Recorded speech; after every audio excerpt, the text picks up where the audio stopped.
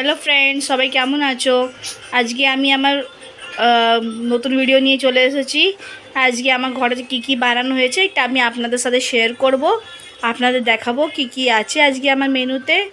আজকে মেনুতে বেশি কিছু নেই, সিম্পল আজকে খাবার বানানো হয়েছে। আজকে কি কি আছে দেখিয়ে নিই, চলো। আজকে আছে খিচুড়ি, ভেজিটেবলস দিয়ে, সবজি দিয়ে খিচুড়ি বানানো আছে। গাজর, ফেন্সি, আলু, কড়াইশুঁটি দিয়ে খিচুড়ি আছে।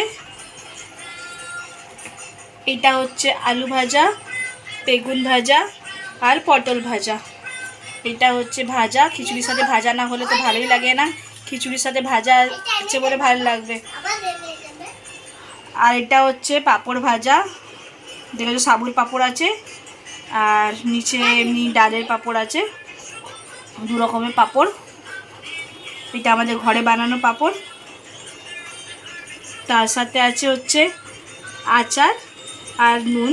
নুনটা লাগে না, বাট তাও একটু নুন রেখে দিয়েছি যদি লাগে তো।